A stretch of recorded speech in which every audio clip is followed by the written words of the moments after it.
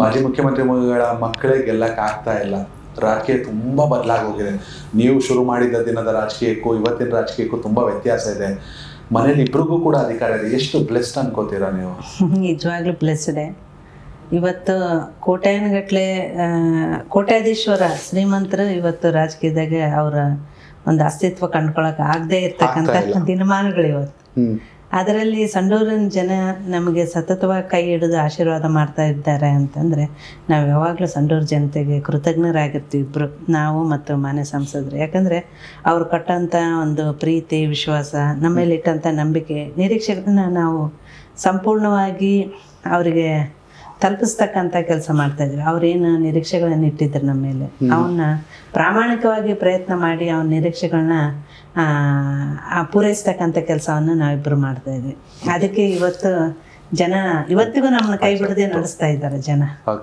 ಅದಕ್ಕೆ ನಾವು ಬ್ಲೆಸ್ಡ್ ಅಂತ ಹೇಳ್ತೀವಿ ಇಬ್ರು. ಸಂಡೂರಿನ ಜನರ ಪ್ರೀತಿ ವಿಶ್ವಾಸ ಜನರಿಗೆ ಎಷ್ಟೋ ಹಿನ್ನೆಲೆ ಉಳ್ಳಂತ ಜನರಿಗೆ ಸಿಗದಿರೋ ನಿಮ್ಗೆ ಸಿಕ್ಕಿದೆ. ಖಂಡಿತ ನೀವು ಕೂಡ ಅದೇ ಹಾದಿಯಲ್ಲಿ ಸಾಕ್ತಿದ್ದಾರೆ, ಅದಕ್ಕೆ ಜನ ಕೈ ಹಿಡಿತಾರೆ. 2028ಕ್ಕೆ ಮಹಿಳಾ ಮೀಸಲಾತಿ ಬರಲೂಬಹುದು, 33%.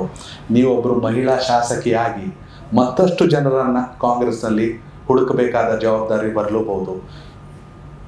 ಹೆಚ್ಚೆಚ್ಚು ಶಾಸಕಿಯರು ಬರಬೇಕು ಅಂದರೆ ಹೆಣ್ಣುಮಕ್ಳಿಗೆ ಏನು ಹೇಳಲಿಕ್ಕೆ ಇಷ್ಟಪಡ್ತೀರಾ ಸರ್ ಮೇಡಮ್? ಹೆಣ್ಣುಮಕ್ಳು ಇವತ್ತು ಬರೀ 4 ಗೋಡೆಗಳ ಮಧ್ಯೆ ಇದ್ದು ಅವರ ಜೀವನವನ್ನು ಮುಗಿಸ್ತಕ್ಕಂಥ ಕಾಲ ಮುಗೀತು. ಈಗ ಎಲ್ಲ ಕ್ಷೇತ್ರಗಳಲ್ಲಿ ಸರಿಸಮಾನವಾಗಿ ಪುರುಷನ ಜೊತೆ ಪೈಪೋಟಿಗಳಿದ್ಬಿಟ್ಟಾರ. ಅವರು ಕೂಡ ಎಲ್ಲ ಕ್ಷೇತ್ರಗಳಲ್ಲಿ ಅವರು ಮುನ್ನುಗ್ತಾ ಇದ್ದಾರೆ. ಹಾಗೇನೆ ಈ ರಾಜಕೀಯ ಕ್ಷೇತ್ರಕ್ಕೆ ಕೂಡ ಹೆಚ್ಚೆಚ್ಚು ಹೆಣ್ಮಕ್ಳು ಬರ್ಬೇಕು. ಯಾವಾಗ ಹೆಣ್ಮಕ್ಳ ಒಂದು ಉಪಸ್ಥಿತಿ ಜಾಸ್ತಿ ಆಗುತ್ತೆ ರಾಜಕೀಯ ಕ್ಷೇತ್ರದಲ್ಲಿ, ಆವಾಗ ತುಂಬ ಕ್ರಿಯಾಶೀಲವಾದ ಹೆಣ್ಮಕ್ಳು ಬರ್ಬೇಕಂತೇಳಿ ನಾನು ಬಯಸ್ತೀನಿ. ಯಾಕಂದರೆ ಸಾಕಷ್ಟು ಹೆಣ್ಮಕ್ಳು ಹೆಣ್ಣು ಮಕ್ಕಳ ಸಮಸ್ಯೆಗಳು ತುಂಬ ಇದೆ. ನಾನು ಗಮನಿಸಿದಾಗೆ ಕ್ಷೇತ್ರಾದ್ಯಂತ ನಾನು ಓಡಾಡ್ತೀನಿ, ಸಾಕಷ್ಟು ಹೆಣ್ಮಕ್ಳು ಇನ್ನೂ ಕಷ್ಟದಲ್ಲಿದ್ದಾರೆ. ಈಗ ಒಂದು ಹೆಣ್ಮಗುವಿನ ಕಷ್ಟ ಏನಂತೇಳಿ ನನಗೆ ಗೊತ್ತಾಗುತ್ತೆ. ನಾನು ಏನು ಪ್ರಾರಂಭಿಕ ಒಂದು ಹಂತಗಳಲ್ಲಿ ನಾವೇನು ಅನುಭವಿಸಿದ್ವಿ ಅದೇ ಸಮಸ್ಯೆನ ಇವತ್ತಿಗೂ ಹೆಣ್ಮಕ್ಳು ಅನುಭವಿಸ್ತದೆ.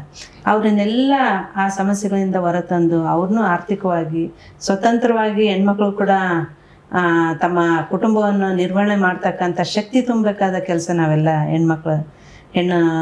ಯಾರು ಇವತ್ತು ಶಾಸಕರಿದ್ದೀವಿ, ನಾವು ಶಾಸಕಿಯರಿದ್ದೀವಿ, ಅವು ಮಾಡಬೇಕಾದಂಥ ಕೆಲಸ ತುಂಬ ಇದೆ.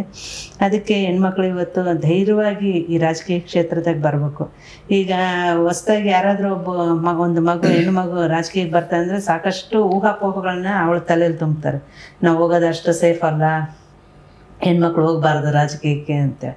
ಅದನ್ನೆಲ್ಲ ಕಿತ್ತೋಗೋದು, ಈ ಸಂಕೋಲೆಗಳು ಏನಿದಾವಲ್ಲ, ಈ ಸುಳ್ಳು ಊಹಾಪೋಹಗಳನ್ನೆಲ್ಲ ಕಿತ್ತೋಗೋದು, ದೃಢವಾದ ಹೆಜ್ಜೆಗಳನ್ನ ಇವತ್ತು ರಾಜಕೀಯದಲ್ಲಿ ಮೂಡಿಸ್ಬೇಕು ಹೆಣ್ಮಕ್ಳು. ಹಾಗೆ ಮೂಡಿಸಿದಾಗ ಮಾತ್ರ ನಮ್ಮ ದೇಶದ ಚಿತ್ರಣ ಬದಲಾಗುತ್ತೆ, ನಮ್ಮ ಹೆಣ್ಮಕ್ಳಿಗೂ ಇನ್ನೂ ಹೆಚ್ಚಿನ ಶಕ್ತಿಯನ್ನು ತುಂಬಿದಂಗೆ ಆಗುತ್ತೆ ಅಂತೇಳಿ ನನ್ನ ಭಾವನೆ.